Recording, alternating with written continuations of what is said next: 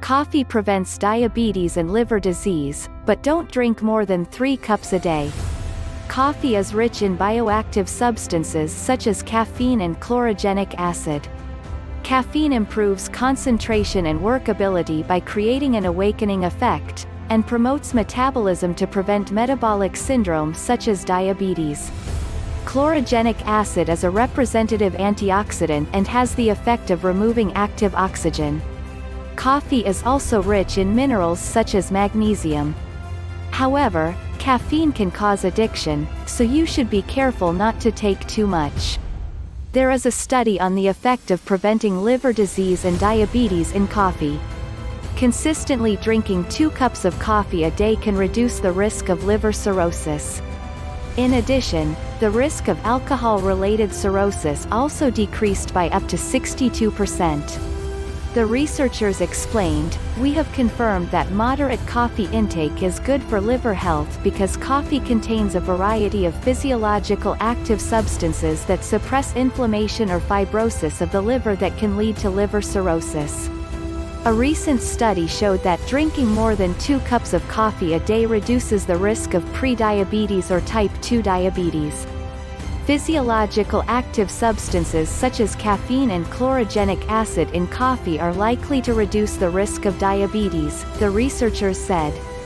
However, the effect of coffee consumption on pre-diabetes or type 2 diabetes is significantly different for each individual's genetic characteristics. The most effective ingredient in coffee is caffeine. Caffeine is a kind of alkaloid-based organic chemical in plants, contained in coffee trees, cocoa, guava, plant leaves and seeds. It stimulates the central nerves to make them feel better, or increases their cognitive and overall athletic ability. The commonly known awakening effect is also because caffeine suppresses adenosine, which causes sleepiness. It stimulates nerves, which also temporarily increases your memory. Caffeine has many effects, but it is temporary. The average half-life of caffeine in the body is 3 to 10 hours at the most. No matter how pleasant the effect is, it is only temporary in the end. Increased reliance on caffeine leads to more frequent searches for caffeine, which in turn leads to caffeine addiction. An appropriate amount should be taken at a level that does not exceed the daily intake.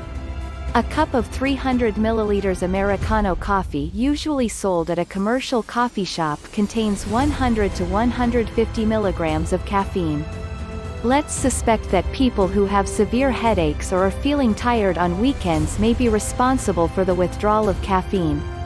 If you take more than 400 milligrams of caffeine a day and suddenly stop drinking it, you may experience symptoms of caffeine withdrawal. A survey found that 50 to 70% of people who consume caffeine experienced caffeine withdrawal symptoms. If the caffeine is over 400 milligrams, it is equivalent to drinking 3 to 4 cups of Americano coffee a day. Withdrawal symptoms are most common with headaches. Caffeine acts as a contraction of blood vessels, and people who usually continue to take caffeine have somewhat contracted blood vessels. However, if you don't drink coffee at the time you always drink coffee, you will get a headache as your cerebrovascular enlargement occurs. If you want to know if you have a headache caused by caffeine withdrawal symptoms, you can drink coffee on weekends and see if it improves for an hour. If the headache disappears within an hour after drinking coffee, it is a headache that is caused by caffeine withdrawal symptoms. Other symptoms can include fatigue, distractions, nausea, sleepiness, caffeine greed, muscle pain, depression or sensitivity. The withdrawal symptoms occur within 12 to 24 hours of stopping caffeine intake and getting worse within 1 to 2 days before getting better within a week. To avoid caffeine addiction and withdrawal symptoms, one should not drink more than 3 to 4 cups of coffee a day or more than 400 milligrams of caffeine. If you're already suspected of caffeine addiction, here are some actions that you can follow. 1.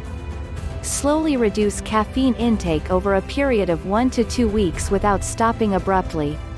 2. In the process of reducing, drink decaffeinated drinks mixed with them. 3. Drink down coffee as short as possible. 4. Avoid long boiling of the tea bag. 5. Inform the people around you of your will to stop caffeine and receive proper monitoring and training. 6. Exercise or take a walk instead of tea time. 7. It is recommended that you make a habit of checking the caffeine content in your food.